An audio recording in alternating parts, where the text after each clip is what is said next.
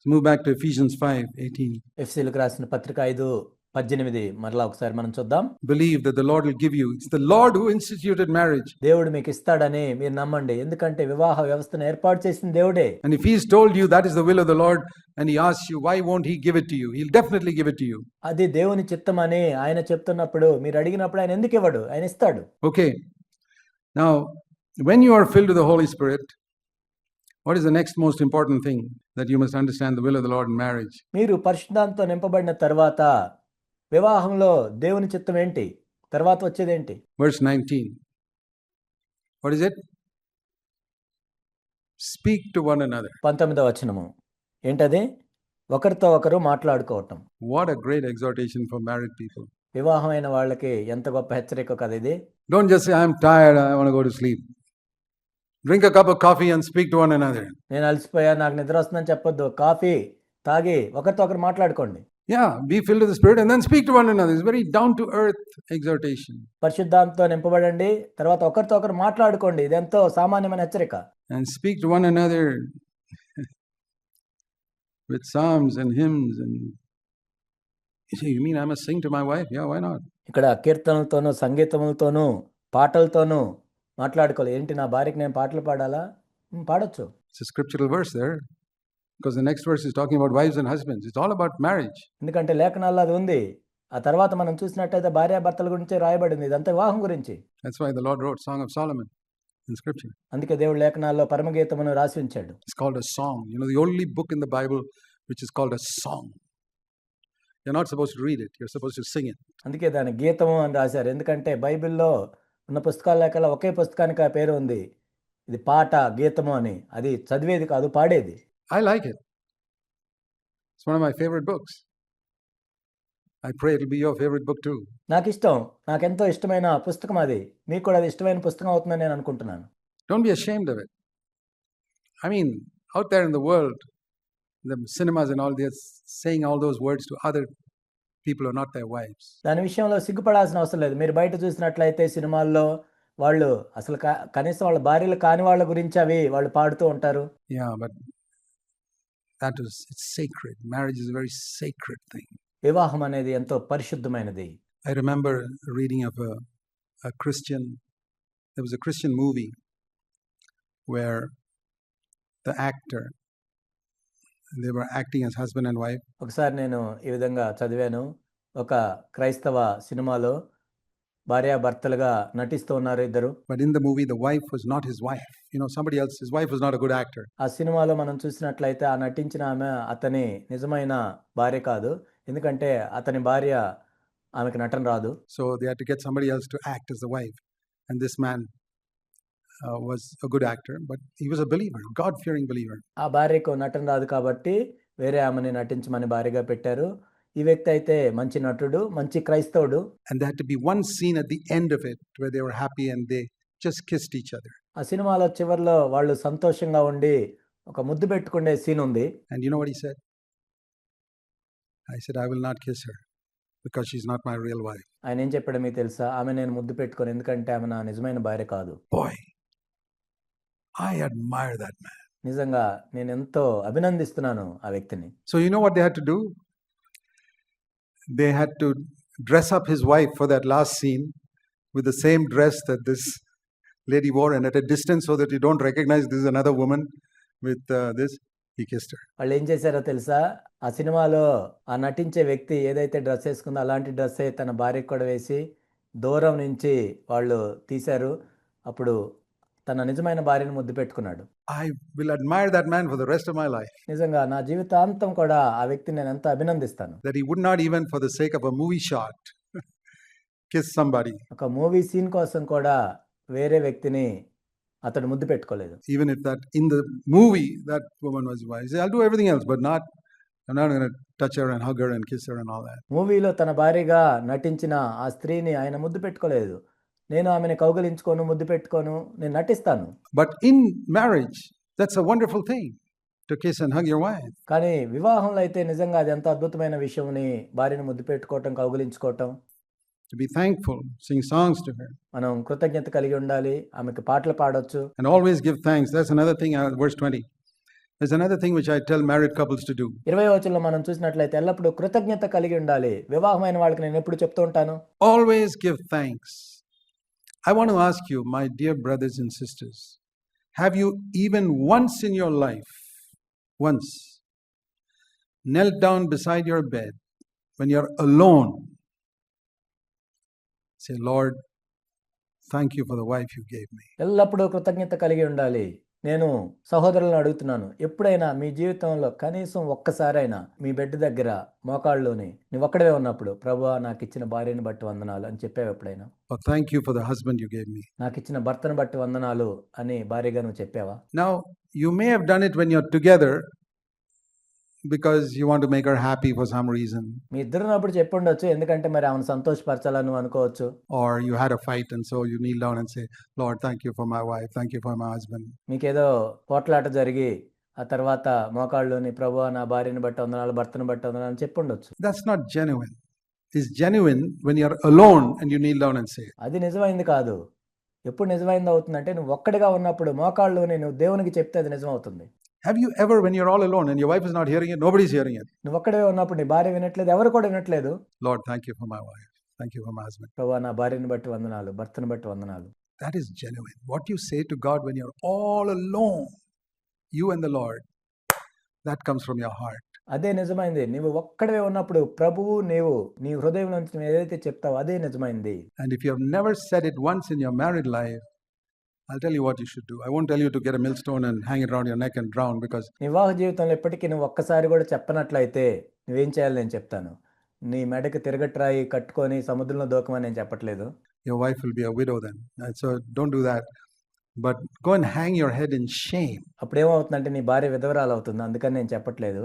కానీ వెళ్ళి సిగ్గుపడు. and say, Lord, from now on, I'm going to do that. ప్రభువా ఇప్పటి నుంచి నేను చేస్తాను ప్రభువా. Sometime when I'm alone, I'm going to say, thank you, Lord, for the wife you gave me. నేను ఒంటరిగా ఉన్నప్పుడు ప్రభువా నీవు నాకు ఇచ్చిన భార్యను బట్టి వందనాలు, Thank you, Lord, for the husband you gave me. I tell you, it will cement your marriage. నా భర్తను బట్టి వందనాలు అని నువ్వు చెప్తూ ఉన్నట్లయితే నేను చెప్తున్నాను మీ వివాహాన్ని అది దృఢపరుస్తుంది. Believe me. And once you have children, you must start thanking God for them.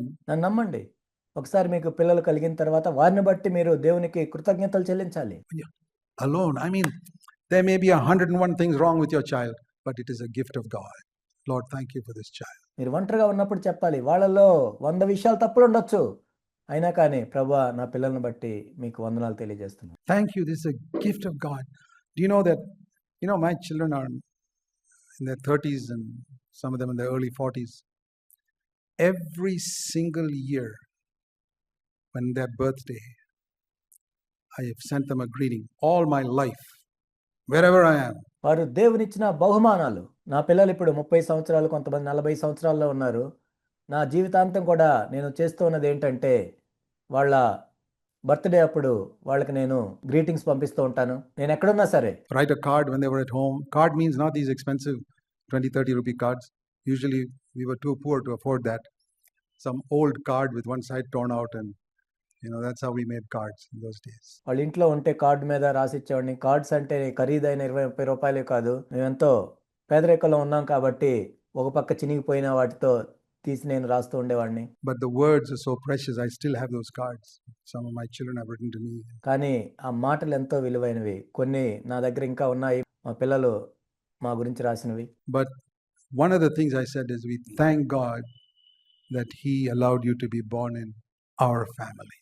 కానీ మేము ఒకటి చెప్పేది ఏంటంటే, దేవుడు ఈ బిడ్డని మా కుటుంబంలో పుట్టడానికి అనుమతించినందుకు దేవునికి వందనాలు. We have kept on saying that to our children every single birthday. ప్రతి బర్త్డే అప్పుడు కూడా మేము మా పిల్లలకి అది చెప్తూ వచ్చాం.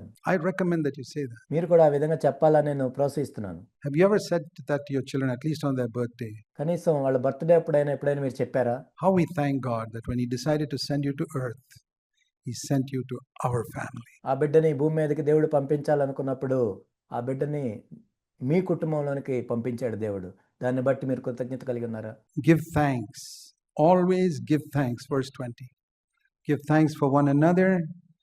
Give thanks for your children. 20వ వచనం, ఎల్లప్పుడూ కృతజ్ఞతలు చెల్లించండి. ఒకరి గురించి ఒకరు కృతజ్ఞతలు చెల్లించుకోండి. మీ పిల్లలను బట్టి కృతజ్ఞతలు చెల్లించండి. It's a very good habit. And you know what is the result of our doing it?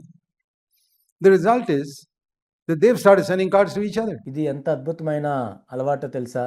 దాని ఫలితం ఏమైందంటే వాళ్ళు కూడా ఒకరికొకరు ఆ విధంగా పంపించుకోవడం ప్రారంభించారు. Even when they were small, I still have some of those cards written with all wrong spelling and all, where one boy writes to another boy and thank you so much. వాళ్ళు చిన్నప్పుడు కూడా వాళ్ళకి స్పెల్లింగులు కూడా సరిగా రానప్పుడు కూడా ఒక అబ్బాయి ఇంకొక అబ్బాయికి ఆ విధంగా పంపించుకున్న కార్డులు ఉన్నాయి ఇంకా. I want to wish you a happy birthday. Those are more precious to me than all these expensive cards that come nowadays. ఈ రోజుల్లో వచ్చే ఆ ఖరీదైన కార్డుల కంటే కూడా వాళ్ళు రాసుకున్న మాటలు, కృతజ్ఞతలు నేను చెల్లిస్తున్నానని రాసిన మాటలు అవి ఎంతో ప్రశస్తమైనవి. I tell you, this is how you build a family. Learn to give thanks for one another. ఈ విధంగా మీరు కుటుంబాన్ని కట్టుకుంటారు. ఒకరి గురించి ఒకరు కృతజ్ఞతలు చెల్లించుకోవటం నేర్చుకోండి. Don't think of money as the most important thing in your family. మీ కుటుంబంలో డబ్బే ఎంతో విలువైందని అనుకోవద్దు. The spirit of thanksgiving binds the family together. ఒక కుటుంబాన్ని కలిపి ఉంచేది ఏంటంటే కృతజ్ఞత కలిగిన ఆత్మ. Learn to thank God for each other first of all. మొట్టమొదటిగా ఒకరిని బట్టి ఒకరు దేవునికి కృతజ్ఞతలు చెల్లించండి. Then next, verse 21. Be subject to one another. Before it says, wives, be subject to your husbands. Learn to be subject to one another. ఇక్కడ ఒకనికొకడు లోబడి ఉండుడి. ఇక్కడ స్త్రీలు పురుషులకు లోబడే దానికంటే ముందు ఒకనికొకడు లోబడి ఉండటం నేర్చుకోండి అని ఉంది. Very important. When you're filled with the Holy Spirit, you will learn to be subject to one another. ఇది ఎంతో ప్రాముఖ్యమైన విషయము. మీరు ఆత్మతో నింపబడిన తర్వాత ఒకరికొకరు లోబడటం నేర్చుకుంటారు. That means, you mean I must be subject to my wife, you say as a man? Not only to your wife, brother, you got to be subject to your children as well. అంటే ఏంటి, నేను పురుషునిగా నా భార్యకి నేను లోబడాలా అని మీరు చెప్తున్నారా అని అడిగితే, మీ భార్యకే కాదు మీ పిల్లలకు కూడా లోబడాలి. What does it mean, subject to one another? That means, let me explain it. Don't tread inside their boundary. ఇక్కడ ఒకరికొకరు లోబడటం అంటే ఏంటంటే ఇతరుల యొక్క సరిహద్దుల్లోకి మీరు వెళ్ళొద్దు. You know, there's a verse in Proverbs which says, don't move the ancient boundary mark. సామెతల్లో మనం చూస్తాము, పురాతన రాయిని మీరు తొలగించొద్దు. I can't remember it offhand, but there is a verse like that. I'll look it up sometime. ఇప్పుడు నాకు గుర్తులేదు కానీ సామెతల్లో ఒక వచనం ఆ విధంగా ఉంటుంది. You know, for these plots and all, you have these boundary stones. Don't go at night and move the boundary stone. None of you will do it. మీరు చూసినట్లయితే ప్లాట్స్ అవన్నీ కూడా సరిహద్దు రాళ్ళు ఉంటాయి. రాత్రిపూట వెళ్ళి ఎవరు కూడా రాళ్ళని మార్చరు, ఎవరు చేయరు. You know, move it 2 feet that side to get a little more of your neighbor's property. No, there is a boundary for your neighbor, and you'll never try to go into his boundary, even if there's no wall. మీరు ఒక 2 ఫీట్ల లోపలికి జరిపి మీ పొరుగువాని స్థలాన్ని ఎక్కువ ఆక్రమించుకోవచ్చు అని మీరు చేయరు. ఒకవేళ అక్కడ గోడ లేకపోయినా కానీ మనం వెళ్ళము. You won't move the boundary stone. I want to say, your wife has got a boundary around her. Your children have got a boundary around them. We must respect that. కాబట్టి నీ భార్య చుట్టూ ఒక సరిహద్దు ఉంటుంది, నీ పిల్లల చుట్టూ సరిహద్దు ఉంటుంది, దాన్ని మనం గౌరవించాలి. Let me start with children. How do I respect the boundary around my children? నా పిల్లల యొక్క సరిహద్దు నేను ఎలా గౌరవించగలను? One example. Supposing they are naughty, when they are small, 5-6 years old, and they are very naughty, when some visitors are there, I don't spank them. ఒక ఉదాహరణ మనం చూసినట్లయితే వాళ్ళు నాటీగా ఉన్నారు అనుకోండి, అల్లరిగా 5-6 సంవత్సరాల పిల్లలు అల్లరి చేస్తూ ఉంటారు. కానీ ఎవరైనా మన ఇంటికి విజిటర్స్ వచ్చినప్పుడు వాళ్ళ ముందు నేను కొట్టను. I can. Bible says discipline your children. కావాలి నేను కొట్టొచ్చు, బైబిల్ చెప్తుంది పిల్లల్ని క్రమశిక్షణలో పెట్టమని. But if I discipline them in the presence of these visitors, it's a double punishment. కానీ అతిథుల ఎదుట వారిని నేను శిక్షించినట్లయితే అది 2 శిక్ష అవుతుంది వాళ్ళకి. First of all, the spanking, and second, the humiliation the child suffers in the presence of others. ఒకటేమో వారిని దెబ్బలు కొట్టడం, రెండోది ఏంటంటే వేరే వాళ్ళు ఉన్నప్పుడు వాళ్ళు ఎంతో అవమానంగా భావిస్తారు దాన్ని. So there is a boundary around that child which says, Dad, you can discipline me, but don't ever humiliate me before others. కాబట్టి ఆ పిల్లల చుట్టూ ఒక సరిహద్దు ఉంటుంది. నాన్న నీవు నన్ను శిక్షించొచ్చు కానీ వేరే వాళ్ళ ముందు నన్ను అవమానపరచకూడదు. So I come to that boundary and I stop. నేను ఆ సరిహద్దు దగ్గరకు వచ్చి ఆగిపోతాను. That means I'm respecting him. I'm subjecting myself to that boundary. Not only when visitors are there. కాబట్టి ఆ సరిహద్దుకి నేను లోబడుతున్నాను కేవలం ఎవరైనా అతిథులు ఉన్నప్పుడే కాదు. I would not punish my child in the presence of his 3 brothers also. కాబట్టి ఇతర పిల్లల ముందు కూడా నా కుమారుడిని నేను శిక్షించను. Or any of his brothers alone. There's a dignity about a child. A child has got a dignity. Respect that dignity. కాబట్టి ఆ పిల్లవానికి ఒక మర్యాద ఉంటుంది. ఆ మర్యాదను కాపాడాలి. And that is why we never call a child a pig or a donkey or you moron or something like that. అందుకే పిల్లల్ని పందేనో గాడిదేనో లేకపోతే మొరాన్ అని ఇంకో పేరు అని పిలవకూడదు. Do you ever call your child bad names? You know, there are people who call that, you pig. Well, who's the father of the pig? It's another pig. కాబట్టి కొంతమంది పిలుస్తారు పిల్లలు పంది అని పిలుస్తారు. మరి ఆ పందికి తండ్రి ఎవరు? ఇంకొక పందే కదా! You forget that. The father of a donkey is a bigger donkey. That's all. దాన్ని మర్చిపోయారా? ఒక గాడిదకి తండ్రి పెద్ద గాడిదే అవుతాడు. So we should never call children by, in Kerala they have the habit of calling Eda, Edi. కేరళలో ఇప్పుడు భార్యాభర్తలు ఎడా, ఏడి అని పిలుచుకుంటూ ఉంటారు. We must never call people by that name. Don't call your wife or children by that name. Use a loving name. పిల్లల్ని కానీ భార్యని కానీ అలాంటి పేర్లు పెట్టి పిలవకూడదు. ప్రేమ గల పేర్లు పెట్టి పిలవాలి. There's a boundary of respect. Even if they have done horrible things, you cannot go inside their boundary. That is the meaning of be subject to one another. కాబట్టి వాళ్ళు ఎంత భయంకరమైన తప్పులు చేసినా వాళ్ళకి ఒక సరిహద్దు ఉంటుంది. దాన్ని దాటి మనం లోపలికి వెళ్ళకూడదు. Or your wife also. She has got a dignity about her, నీ భార్య చుట్టూ కూడా మర్యాద, గౌరవం అనేది ఉంటుంది, ఒక సరిహద్దు. which you must respect. నువ్వు గౌరవించాలి. For example, if you recognize that the kitchen is her department, well, there's a dignity about her. She must have some area of privacy. కాబట్టి కిచెన్ మనం చూసినట్లయితే కిచెన్ తనకు సంబంధించింది కాబట్టి తనకి ఒక మర్యాద అనేది ఉంటుంది ఆ విషయంలో. Where she can run the show. It's not that you're the master of the house and you run every single room. కాబట్టి ఆ కిచెన్ కి సంబంధించి తన పని తాను చేసుకుంటుంది. ఏదో నువ్వు ఇంటికి యజమాని కాబట్టి ఇంకా ప్రతి చోట నువ్వే యజమాని అని కాదు. Recognize that there is an area where she not just to cook the food, maybe she wants to do things in a certain way. కాబట్టి ఇప్పుడు ఆ కిచెన్ లో కేవలం భోజనం వండటం మాత్రమే కాదు, కానీ తను అనుకున్నట్లు అందులో చేయాలనుకుంటుంది. Respect that. That may not be the way you want it. దాన్ని గౌరవించు. ఏదో నువ్వు అనుకున్నట్టు చేయలేకపోవచ్చు. But you back out and she doesn't come to your office and tell you how to run your office there. ఆమె నీ ఆఫీస్కి వచ్చి మీ ఆఫీస్లో నువ్వు ఎలా పని చేయాలి, ఎలా ఉండాలని చెప్పట్లేదు కదా.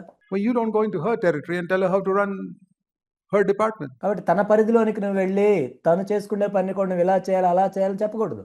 You see, this is the trouble with a lot of Indian husbands. They just think they are lord of everything. భారతదేశంలో ఉన్న అనేక మంది భర్తలతో ఇదే సమస్య. వాళ్ళు ఏమనుకుంటారంటే అన్నిటికీ నేనే యజమాని అనుకుంటారు. So we need to be careful here. To respect be subject to one another means I recognize that God has drawn a boundary around that person and I respect that boundary. ఈ విషయంలో మనం జాగ్రత్తగా ఉండాలి. దేవుడు తన చుట్టూ ఒక సరిహద్దుని ఇచ్చాడు కాబట్టి ఆ సరిహద్దును మనం గౌరవించాలి. That in my being the head, the whom I don't humiliate my wife. People who make crack jokes at their wives in public. Oh, she's like that, she's like this. నేను యజమాని అయినప్పటికీ నా భార్య నేను అవమానించకూడదు. చాలా మంది అందరి ముందు భార్య మీద వాళ్ళు తప్పుగా మాట్లాడుతుంటారు. ఆమె ఇలా చేస్తుంది, ఇలా చేస్తుందని. They have absolutely no respect for the dignity of their wives. వాళ్ళకి నిజంగా ఎటువంటి గౌరవం ఉండదు. తన భార్య యొక్క పరువు ప్రతిష్టల మీద ఎటువంటి ఆసక్తి ఉండదు. It's absolutely evil to humiliate your wife like that. కాబట్టి నీ భార్యని అలా దిగజార్చి మాట్లాడటం అనేది ఎంతో దుష్టత్వం అది. The Bible says in 1 Peter chapter 3 that a husband must live in an understanding way with your wife. 1 Peter chapter 3, live in an understanding way, verse 7, with your wife, recognizing that she is weaker. Why is she weaker? Not because she is unspiritual. Sometimes you think she is weaker because she is unspiritual. The Holy Spirit says she is weaker because she is a woman.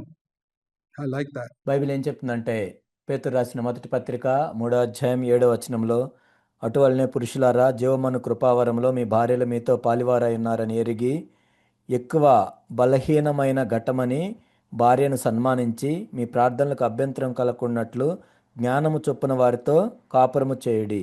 ఇక్కడ బలహీనమైన ఘట్టము అంటే ఏంటంటే తక్కువ ఆత్మీయత అని కాదు. పరిశుద్ధాత్ముడు ఏం చెప్తున్నా అంటే తను స్త్రీ అని చెప్తున్నాడు.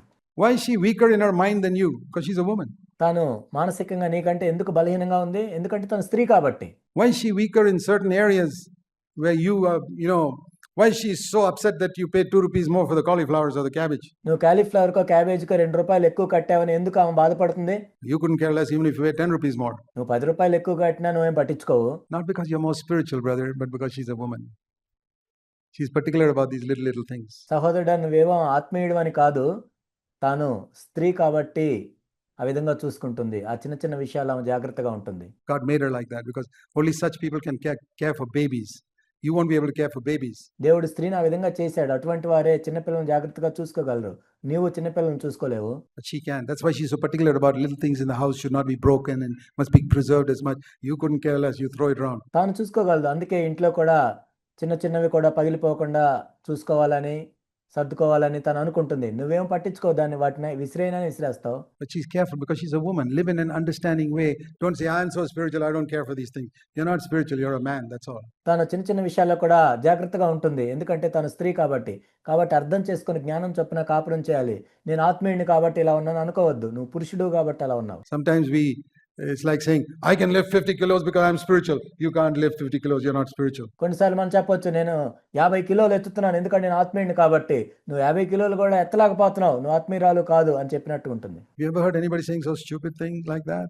That is the type of attitude some husbands have. అలాంటి బుద్ధిహీనమైన మాటలు ఎవరైనా చెప్పటం మీరు విన్నారా?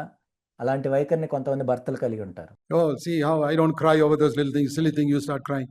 She's crying not because she's unspiritual, she's a woman. ఏంటి ఇంత చిన్న చిన్న విషయాలకు నువ్వు ఏడుస్తున్నావు, నేను ఏడవను. ఆమె ఏడ్చేది ఎందుకంటే తను ఆత్మీయత లేదని కాదు, తను స్త్రీ కాబట్టి ఏడుస్తుంది. And you don't cry perhaps because you're a hard-hearted man. నువ్వు ఎందుకు ఏడవట్లేదంటే ఎంతో కఠిన హృదయం కలిగిన పురుషుడు కాబట్టి నువ్వు ఏడవట్లేదు. So God has made man and woman so different. It's so good. దేవుడు పురుషుణ్ణి స్త్రీని ఎంతో వేరుగా చేశాడు. అదెంతో మంచిది. One needs the other. ఎందుకంటే ఒకరి అవసరం ఒకరికి ఉంటుంది. So live in an understanding way with your wife. Our goals are common. You must have a goal. The goal is to glorify God in your life. కాబట్టి నీ భార్యతో జ్ఞానం చొప్పున కాపురం చేయి, అర్థం చేసుకుని కాపురం చేయి. మన లక్ష్యం ఒకటే ఉంటుంది. మన లక్ష్యం ఏంటంటే ప్రభువుని మహింపరచటం. Make that your goal, not just to live for each other, not even to have sex, but to glorify God. అలాంటి లక్ష్యాన్ని మీరు ఏర్పాటు చేసుకోండి. ఏదో మీ ఇద్దరు సంతోషంగా ఉండటం కాదు, ఇద్దరు లైంగిక సంబంధం కలిగి ఉండటం కాదు, ప్రభువుని మహింపరచటం ఇద్దరు కలిసి. In our home, must glorify God. If God gives us children, must glorify God. మన ఇంట్లో దేవుడిని మహింపరచాలి. దేవుడు మనకి పిల్లల్ని ఇచ్చినప్పుడు వారితో కలిసి దేవుడిని మహింపరచాలి. And if you don't have children, then both of us together glorify God. That's it. మీకు పిల్లలు లేనట్లయితే మీ ఇద్దరు కలిసి దేవుడిని మహింపరచాలి అంతే. We're not here to get upset with God or dictate to Him. We say, thank you, Lord, whatever you've given me, I accept. అంటే దేవుని మీద మనం అసహనం వ్యక్తం చేయటం, లేకపోతే దేవుడు ఇవ్వలేదని ఫిర్యాదు చేయటం కాదు, కానీ దేవా మీరు మాకు ఏది ఇస్తే అది మేము అంగీకరిస్తామని చెప్పటం. Take time to be with each other. Recognize that a woman understanding way means she needs to have time with you. ఇద్దరు కలిసి ఉండటానికి మీరు సమయాన్ని గడపండి. జ్ఞానం చొప్పున కాపురం చేయటం అంటే స్త్రీకి నీతో ఉండే సమయం అవసరం. You know, I'll tell you, I never knew the needs of a woman till I got married. నాకు వివాహం అయ్యే వరకు కూడా ఒక స్త్రీ యొక్క అవసరాలు ఏంటో నాకు తెలియదు. I studied in an all boys school all the way till I was 15. I joined the military academy. For 3.5 years, I was only with men. 15 సంవత్సరాల వయసు వచ్చే వరకు కూడా నేను బాయ్స్ స్కూల్లోనే చదివాను. ఆ తర్వాత మిలిటరీ అకాడమీలో నేను చేరాను. అందరూ కూడా అక్కడ పురుషులే ఉంటారు. From there, I went to a ship, and in a ship there are only men. This is how I grew up. ఆ తర్వాత నేను షిప్లో ఉద్యోగం చేయడానికి వెళ్ళినప్పుడు షిప్లో కూడా అందరూ పురుషులే ఉన్నారు. ఆ విధంగా నేను ఎదిగాను. Till the age of 28, then I found a woman. 28 సంవత్సరాల వయసు వచ్చిన తర్వాత నేను ఒక స్త్రీని చూశాను. This was a new experience for me.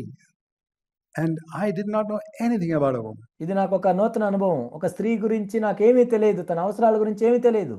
What is their temperament and tendency or anything like that? స్త్రీలు ఎలా ఆలోచిస్తారు, వాళ్ళ టెంపర్మెంట్ ఎలా ఉంటుంది, ఏమీ నాకు తెలియదు. And I didn't realize what a selfish person I was till I got married. నాకు వివాహం అయ్యే వరకు కూడా నాకు అర్థం కాలేదు నేను ఎంత స్వార్థపూరితంగా ఉన్నాను అని. I only thought about myself. నేను ఎప్పుడు నా గురించి ఆలోచిస్తూ ఉండేవాడిని. And that's why the early years of our marriage was a struggle. Just like your early years of marriage. అందుకే వివాహ జీవితంలో మా ప్రారంభ దినాల్లో మేమంతా ప్రయాసపడ్డాం. మీరు కూడా ప్రయాసపడుతున్నట్లుగా. Don't get discouraged if the early years of your marriage was a struggle. Brother Zach's was also probably worse than yours. మీ వివాహ జీవితంలో ప్రారంభ దినాలు ఆ విధంగా ప్రయాసం ఉన్నప్పుడు మీరేమీ నిరుత్సాహపడవద్దు. జాగ్గారి వివాహం కూడా అలానే అయింది. మీకంటే ఇంకా ఎంతో దారుణంగా ఉన్నాం మేము. Because I didn't have anybody to teach me like I'm teaching you right now. I wish I had. ఎందుకంటే నేను మీతో చెప్తున్నట్లుగా నాకు అప్పుడు చెప్పేవాళ్ళు ఎవరూ లేరు. అలా ఉంటే బాగుండని నేను అనుకున్నాను. It may have been a little better. But I struggled. I would get angry and I did not know. My selfishness. అలా ఉంటే ఇంకా శ్రేష్టంగా ఉండేది. కానీ ఎంతో ప్రయాసపడ్డాను, నాకు కోపం వస్తూ ఉండేది. నేను ఎంత స్వార్థంగా ఉన్నానో నాకు తెలియలేదు. But gradually I learned. I was determined. I knew that God wanted us to have a happy marriage. కానీ నెమ్మదిగా నేను కనుగొన్నాను, దేవుడు మేము సంతోషకరమైన వివాహ జీవితం కలిగి ఉండాలని కోరుకుంటున్నాడని నేను కనుగొన్నాను. And it took some years. It didn't happen overnight. But we worked on it. కొన్ని సంవత్సరాల సమయం ఇది పట్టింది. ఏదో ఒక రాత్రిలో జరిగిపోలేదు, కానీ మేము దాని గురించి ప్రయాసపడుతూ దాని గురించి మేము పనిచేస్తూ ఉన్నాం. And I say, Lord, I am determined. I don't care how long it takes to have a marriage which is like a foretaste of heaven on earth. ప్రభువా ఈ భూమి మీద పరలోకం వంటి వివాహ జీవితాన్ని నేను కలిగి ఉండాలి ప్రభువా. అలాంటి రుచిని నేను చూడాలి. అది ఎన్ని సంవత్సరాలు పట్టినా పర్వాలేదని నేను ప్రభుతో చెప్పాను. I'm determined. Don't give up. It's like climbing Mount Everest. నేను దాని గురించి పట్టుదల కలిగి ఉన్నాను. విడిచిపెట్టొద్దు. ఇది ఎవరెస్ట్ శిఖరం ఎక్కినట్లుగా ఉంటుంది. Lord, I'm going to get there. And I'll tell you, we're not perfect today. ప్రభువా నేను అక్కడికి వెళ్ళాలి అని నేను అడుగుతూ ఉండేవాడిని. నేను చెప్తున్నాను ఇప్పటికీ మేమేమి పరిపూర్ణం కాదు. But we are closer to the top than we were when we married 44 years ago. Much closer. మాకు వివాహం అయినప్పుడు 44 సంవత్సరాల క్రితం ఎక్కడున్నామో దానికంటే కూడా మేమెంతో ముందుగా వెళ్ళి ఆ పర్వత శిఖరానికి దగ్గరగా ఉన్నాం. There's perfect peace and fellowship in the home. That doesn't mean we're perfect. We still got a long way to go. మా ఇంట్లో అయితే ఎంతో సమాధానము సహవాసం ఉంది. అంటే మేము పరిపూర్ణం అని కాదు, ఇంకా ఎంతో దూరంలో ఉన్నాం. And that's why I say whenever there's a conflict, in the early years, there will be conflicts. అందుకే వివాహ జీవిత ప్రారంభంలో అభిప్రాయ భేదాలు వస్తాయి. ఎప్పుడైనా అటువంటి అభిప్రాయ భేదాలు కలిగినప్పుడు You will see things in your partner which you never even thought were there. నీ జీవిత భాగస్వామిలో నువ్వు చూస్తావు కొన్ని విషయాలు, అవన్నీ ఉన్నాయని కూడా నువ్వు అనుకోలేదు. ఏంటి ఇలా ఉందనుకుంటావు. Hey, I didn't know he was like this. I didn't know she was like this. ఏంటి నేను ఇలా ఉన్నాడు నాకు తెలియదే, ఏంటి ఏమి ఇలా ఉంది నాకు తెలియలేదే అనుకుంటావు. And you know why God hid it from you? So that you won't reject her. నీకు తెలియకుండా దేవుడు ఎందుకు చేశాడో తెలుసా? ఆ విధంగా నువ్వు తిరస్కరించకుండా ఉండాలని ఆమెని. So that you won't reject him. God cleverly concealed certain bad points in your wife. అతన్ని నువ్వు తిరస్కరించకుండా ఉండాలని. అందుకే దేవుడు ఎంతో తెలివిగా ఆమె గురించిన కొన్ని చెడ్డ విషయాలు నీకు తెలియకుండా దేవుడు దాచిపెట్టాడు. So that you would marry her. God concealed certain bad points in your husband so that you would marry him because he wanted you to marry him. ఆ విధంగా నువ్వు ఆమెను వివాహం చేసుకోవాలని నీ భర్తలోని విషయాలు కొన్ని ఎందుకు నీకు తెలియకుండా దేవుడు దాచిపెట్టాడంటే నీవు అతన్ని వివాహం చేసుకోవాలని. He wanted you to marry her because he knew that if you see all the bad points, you may think there are no bad points in you at all, and you will say no, and you'll remain a bachelor all your life or a unmarried woman all your life because there is no perfect man. నీ భర్తలో ఉన్న విషయాలు కూడా తెలియకుండా ఎందుకు దాచిపెట్టాడంటే అతన్ని నువ్వు వివాహం చేసుకోవాలని. లేదంటే అతనిలో ఉన్న విషయాలన్నీ నీకు ముందే తెలిసినట్లయితే నీలోనేమో ఏమీ చెడ్డ విషయాలు లేవని నువ్వు అనుకుంటున్నావు. ఆ విధంగా నువ్వు అతడిలో ముందే తెలిసినట్లయితే నీవు వివాహం చేసుకోకుండా నీ జీవితాంతం ఉంటావని. ఎందుకంటే పరిపూర్ణమైన పురుషుడు ఎవరు ఉండరు. I remember telling one sister, don't look for a perfect man because you're not a perfect woman. ఒక సహోదరితో నేను చెప్పాను, ఒక పరిపూర్ణమైన పురుషుడి గురించి నువ్వు చూడొద్దు, ఎందుకంటే నువ్వేం పరిపూర్ణరాలు కాదు. How can God unite an imperfect woman with a perfect man? దేవుడు ఎలా ఒక అపరిపూర్ణమైన ఒక స్త్రీని పరిపూర్ణమైన పురుషుడితో జతపరుస్తాడు? Recognize you're imperfect, so God has to give you somebody imperfect as a partner. నువ్వు పరిపూర్ణరాలు కాదు కాబట్టి పరిపూర్ణత లేని ఇంకొక వ్యక్తిని దేవుడు నీకు జీవిత భాగస్వామిగా ఇస్తాడు. God has ordained dogs for dogs, cats for cats, rats for rats, and imperfect human beings for each other. దేవుడు కుక్కలకి కుక్కని ఏర్పాటు చేశాడు, పిల్లులకి పిల్లుల్ని ఏర్పాటు చేశాడు, ఎలుకలకి ఎలుకల్ని ఏర్పాటు చేశాడు, అపరిపూర్ణమైన మానవులకి అపరిపూర్ణమైన వారిని ఏర్పాటు చేస్తాడు. Rejoice in that. దాన్ని బట్టి సంతోషించాలి మనం. Don't say, I want a perfect one. It's like a dog saying, I want a cat or I want a lion. నాకు పరిపూర్ణులు కావాలి అని కోరుకోవద్దు. ఇది ఎలా ఉంటుందంటే ఒక కుక్క నాకు పిల్లి కావాలి లేకపోతే ఒక సింహం కావాలని కోరుకున్నట్లుగా ఉంటుంది. Maybe good to have a lion, but a dog and a lion won't match. కుక్క సింహం బాగానే ఉంటుంది కానీ కుక్క సింహం కలిసి జీవించలేవు.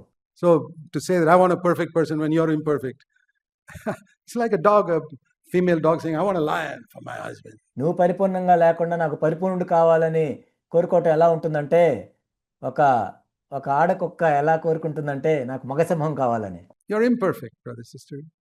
God knows you're imperfect and has given you a thoroughly, equally imperfect wife. కాబట్టి సహోదరుడా నువ్వెంతో పరిపూర్ణత లేకుండా ఉన్నావు కాబట్టి పరిపూర్ణత లేని ఒక స్త్రీనే నీకు ఇస్తాడు భార్యగా. So whenever you see some imperfection in your wife or your husband, you say, God saw my condition and gave me the right person. కాబట్టి నీ భర్తలోనో భార్యలోనో నువ్వు అపరిపూర్ణత చూసినప్పుడు ఆహా దేవుడు నాలో ఉన్న అపరిపూర్ణతను చూసి సరిగానే ఇచ్చాడు అని అనుకోవాలి. Was as imperfect as me. Remember that. నేను ఎంత అపరిపూర్ణత కలిగి ఉన్నానో అంతే దేవుడు నాకు ఇచ్చాడు అని అనుకోవాలి. It'll bless your marriage instead of always finding fault with each other. ఆ విధంగా ఉన్నట్లయితే మీ వివాహ జీవితానికి ఇది ఎంత ఆశీర్వదకరంగా ఉంటుంది. లేదంటే ఒకరినొకరు ఎప్పుడు ఎత్తిపొడుచుకొని చూపించటం. It's absolute truth. ఇది సత్యం. So that's why we need to learn to, when conflicts come, it's just because we are imperfect. That's like, అందుకే మనకి ఏదైనా సంఘర్షణ కలిగినప్పుడు ఏం చేయాలంటే మనం అపరిపూర్ణం కాబట్టి if a thorn gets into your foot, I always say, pull it out immediately. Why do you wait? You hurt one another. Pull out that thorn.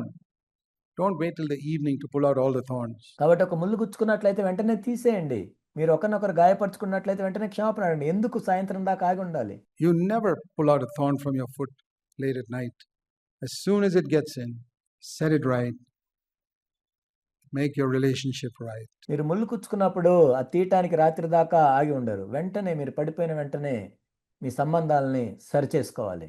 And let me tell you one more thing about, I've always taught the Lord must be first in your life, not your husband or wife. నేను మరొక విషయం మీతో చెప్తాను. మీ జీవితంలో ప్రభువే మొట్టమొదటిగా ఉండాలి. నీ భార్యో భర్తో కాదు. Even today, I know Jesus is first in my marriage, my wife is second. ఈనాటికి కూడా నాకు తెలుసు, నా జీవితంలో, నా వివాహ జీవితంలో కూడా ప్రభువే నాకు మొట్టమొదటిగా ఉంటాడు. నా భార్య రెండవ స్థానంలో ఉంటుంది. And I wanted her always to have Jesus first in her life and me second. I'd be disappointed if she put me first. నేను కూడా తనకు కూడా మొట్టమొదటిగా ప్రభువు ఉండాలి, రెండవ స్థానంలో నేను ఉండాలని కోరుకుంటాను. ఒకవేళ ప్రభువుకు బదులుగా నన్ను మొట్టమొదటి స్థానంలో పెట్టుకున్నట్లయితే నేను ఎంతో నిరాశ చెందుతాను. Because our marriage won't be strong. Our marriage is strong if Jesus is in the middle. ఆ విధంగా ఉన్నట్లయితే మా వివాహము దృఢంగా ఉండదు. మా వివాహం ఎప్పుడు దృఢంగా ఉంటుందంటే యేసుక్రీస్తు ప్రభువారు మధ్యలో ఉన్నప్పుడు. Be very strong. He's the glue that holds us together. మా ఇద్దరిని కలిపేదే యేసుక్రీస్తు ప్రభువు మాత్రమే. అప్పుడే మనం దృఢంగా ఉండగలం. But then, second must not be the church. That's the thing I want to say. Second must be your wife. కానీ రెండవ స్థానంలో సంఘం కాదు ఉండాల్సింది, నీ భార్య ఉండాలి. అదే నేను చెప్పాలనుకుంటున్నాను. Not the church. సంఘం కాదు. Some people make the church second, think I'm very spiritual. కొంతమంది సంఘాన్ని రెండో స్థానంలో పెట్టి నేను ఎంత ఆత్మీయుడిని చెప్పుకుంటూ ఉంటారు. I remember in one of our churches down in Tamil Nadu where the brothers were so zealous. Tamil Nadu ఒక సంఘంలో సహోదరులు ఎంతో ఆసక్తి కలిగి ఉండి Every day they would come back from work and go straight to the meeting hall and pray for half an hour or 1 hour before they went home.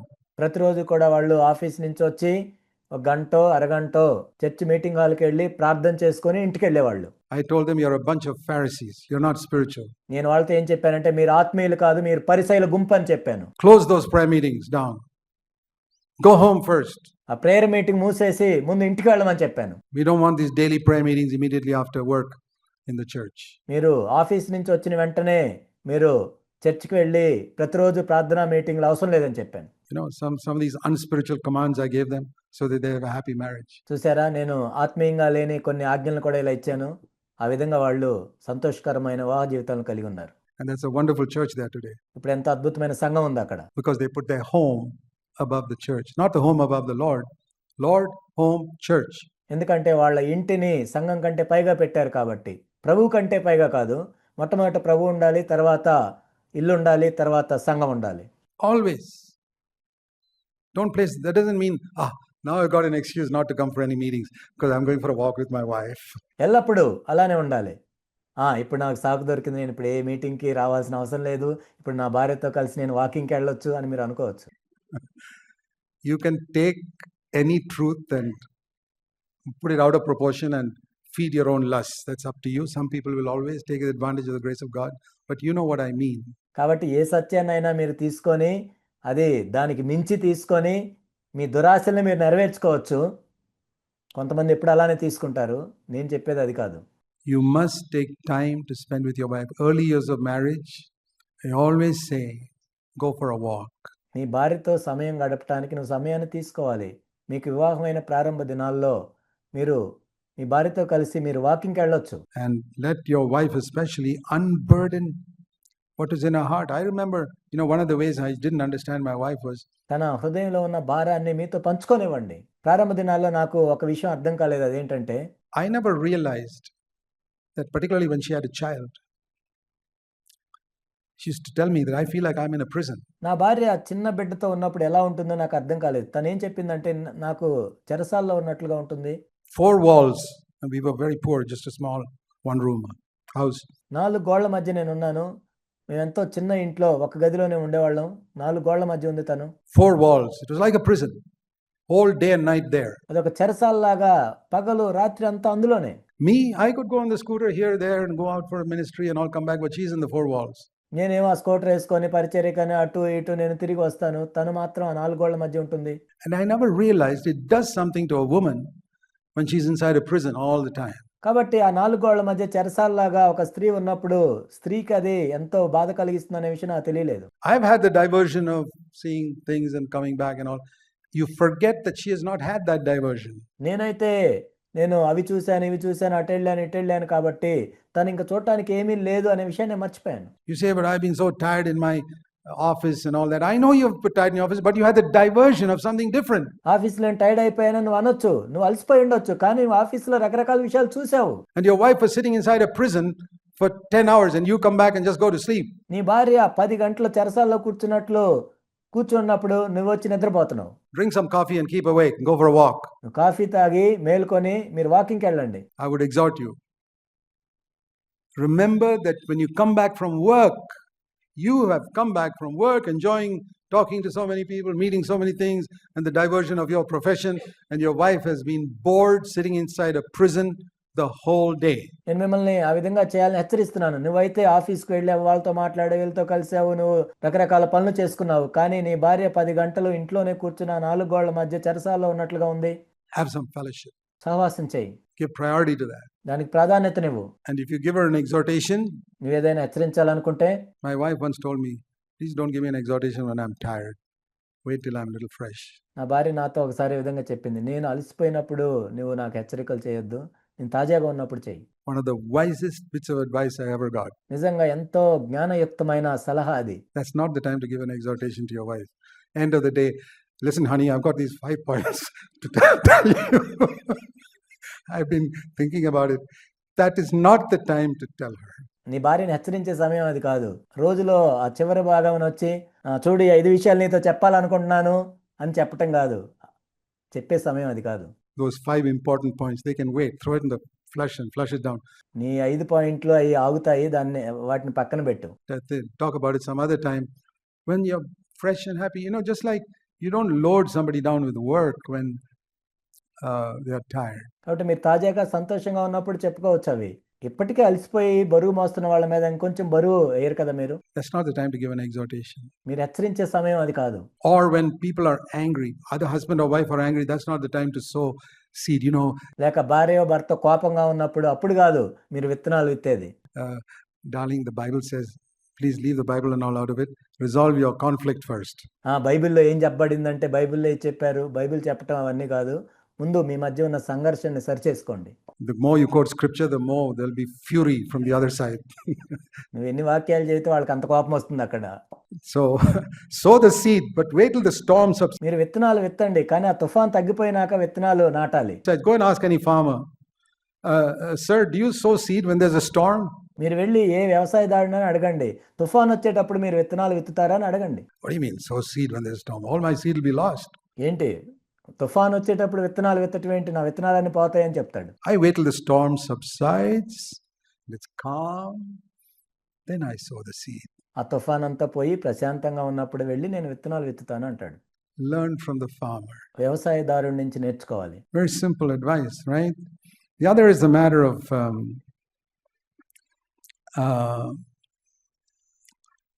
when you discover things wrong with each other after your marriage. ఎంతో సామాన్యమైన సలహా కదా. ఇంకొక విషయం ఏంటంటే మీరు వివాహం అయిపోయిన తర్వాత ఒకరిలో ఒకరు లోపాలు చూసినప్పుడు, There's a wonderful expression that I use. ఒక అద్భుతమైన మాట నేను చెప్తూ ఉంటాను దీని గురించి. Keep both eyes open before marriage and keep one eye shut after marriage. పెళ్లికి ముందు 2 కళ్ళు తెరిచి చూడండి, పెళ్లి అయిపోయిన తర్వాత ఒక కన్నుతోనే చూడండి. That means don't see everything. You must keep one eye shut after marriage. దాని అర్థం ఏంటంటే అన్నీ చూడొద్దు, పెళ్లి అయిపోయిన తర్వాత ఒక కన్ను మూసుకోవాలి. But before marriage, before you get married, inquire, investigate, keep both eyes wide open, get a pair of glasses or binoculars, everything. కానీ పెళ్లికి ముందు అయితే మీరు విచారణ చేయండి, ఎంక్వైరీ చేయండి, ఇన్వెస్టిగేషన్ చేయండి, బైనాక్యులర్తో చూడండి. Then only get married. But once you're married, throw away the binoculars, throw away the telescope, throw away the microscope especially. అప్పుడు మాత్రమే పెళ్లి చేసుకోండి. కానీ పెళ్ళైన తర్వాత అయితే ఆ బైనాక్యులర్ తీసేయండి, టెలిస్కోప్ తీసేయండి, ముఖ్యంగా మైక్రోస్కోప్ తీసేయండి. And keep one eye shut. And that means ignore a lot of things. ఒక కన్ను మూసుకోండి అంటే ఏంటంటే అనేక విషయాలు పట్టించుకోవద్దు. Because your aim is not to make the other person perfect. Your aim is fellowship. ఎందుకంటే నీ గురి ఏంటంటే వేరే వాళ్ళని పరిపూర్ణులుగా చేయాలని కాదు, సహవాసంలో ఉండాలని. And in that fellowship, you will make each other perfect. ఆ విధంగా మీరు సహవాసం చేస్తుంటే ఒకరి వలన ఒకరు పరిపూర్ణులవుతారు.